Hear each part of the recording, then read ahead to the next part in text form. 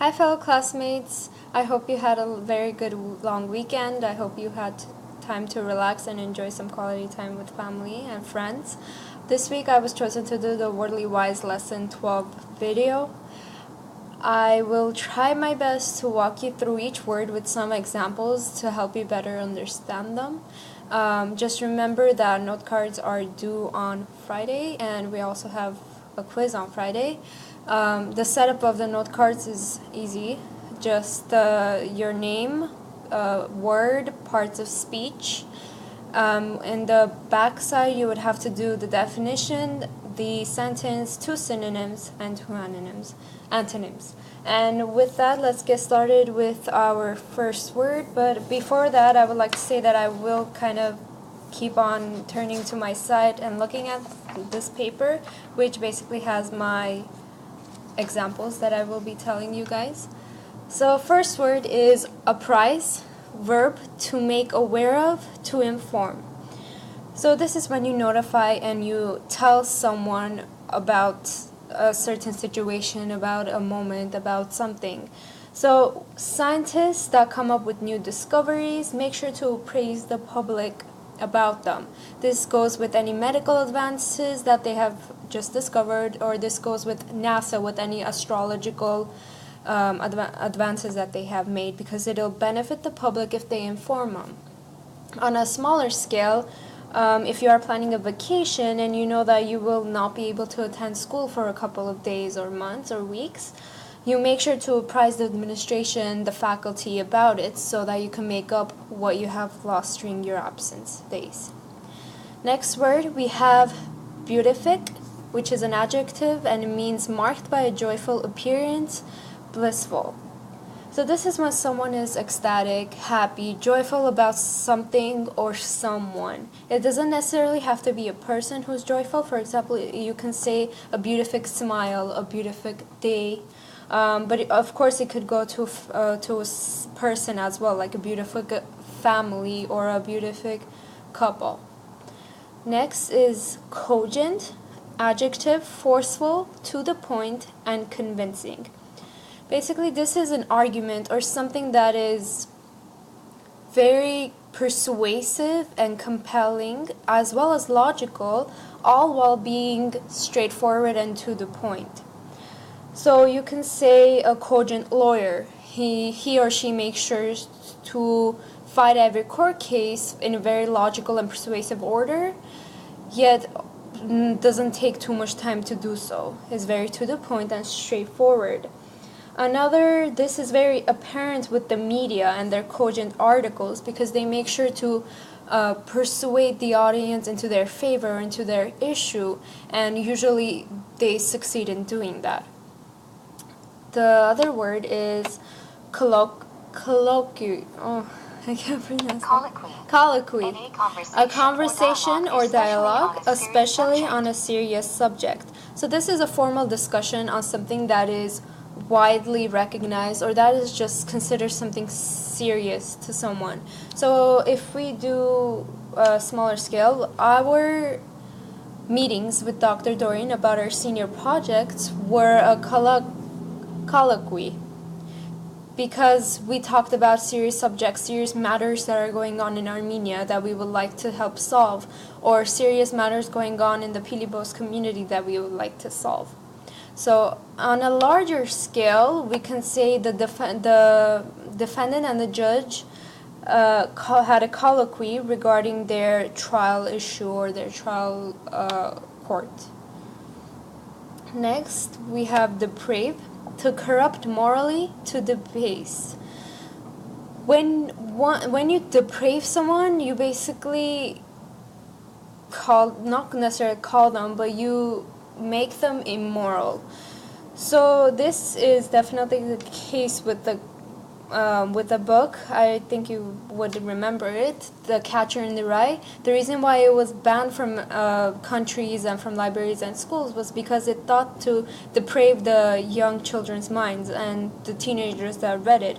They thought that it actually made the readers immoral rather than have the sense of understanding of what's going on in their life, and to stand up to do what they like.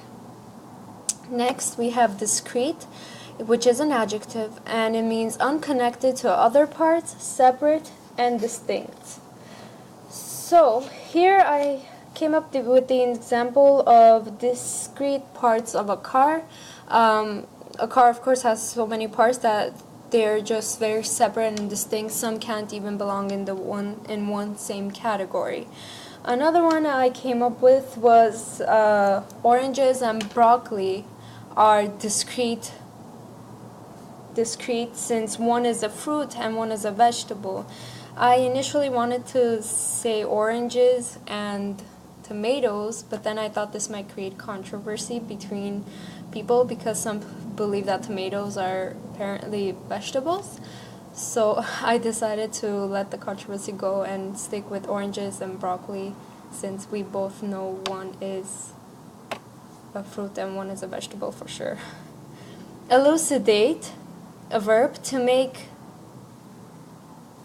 Oh, did I skip one word? Okay, I skipped a face. A face, it has two definitions, which don't necessarily mean the same.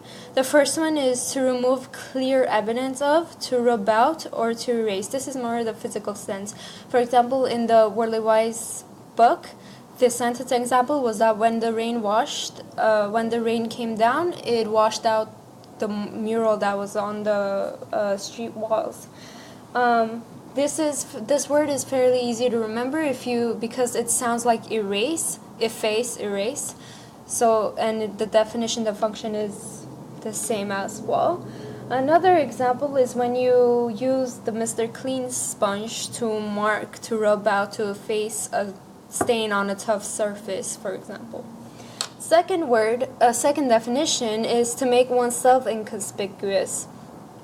So inconspicuous means not willing to stand out or not clearly visible. So although she knew the correct answer, she effaced herself due to her shyness. When people are shy, they refrain from standing out or trying to express their voice. So that's an example of making oneself inconspicuous. The next word, elucidate, verb to make clear by explanation, to clarify. So Ms. Kirkman always elucidates any concept we may not understand or grasp. So does every other teacher, every other professor, or if a new scientific discovery is published, they make sure to elucidate upon it if it's not clearly understood by the public. Inferno, hell or a fireplace that seems like hell, a place of destruction or great suffering. So first thing that came into mind was the 1915 genocide, or any genocide for that matter. They lived in an inferno, basically. They got through an infernal situation because it was a place of destruction and great suffering. Another one is Dante's Inferno. It's a title of a book. Next is lachrymous, tearful, tending to induce tears, melancholic. So this could be a how do you pronounce it? Lachrymose. Lachrymose could be a lachrymose novel, a lachrymose movie, a lachrymose music. Actually, memories could also pertain to that too. They can be lachrymose because whether happy or sad, it might induce tears. Next is morbid. Morbid is marked by gloomy or unwholesome thoughts, and the second definition is affected by or caused by disease. So an example of the first one is a morbid sense of humor, which is when basically they compare everything to death, or they make everything sound very unhealthy, unwholesome to the body and the soul. Second is affected by or caused by disease. For example, I came up with the sentence that the doctor dedicated most of his studies to morbid conditions, as in conditions that were caused by disease. The other word is omniscient, aware of everything that is going on, all-knowing. The first thing that came into mind with this word is when we were learning our points of view, one of them was third-person omniscient, which is all-knowing and able to understand, read each character's thoughts. So a real world example is if someone is omniscient, then they know a variety of subjects, a variety of areas, their expertise in it.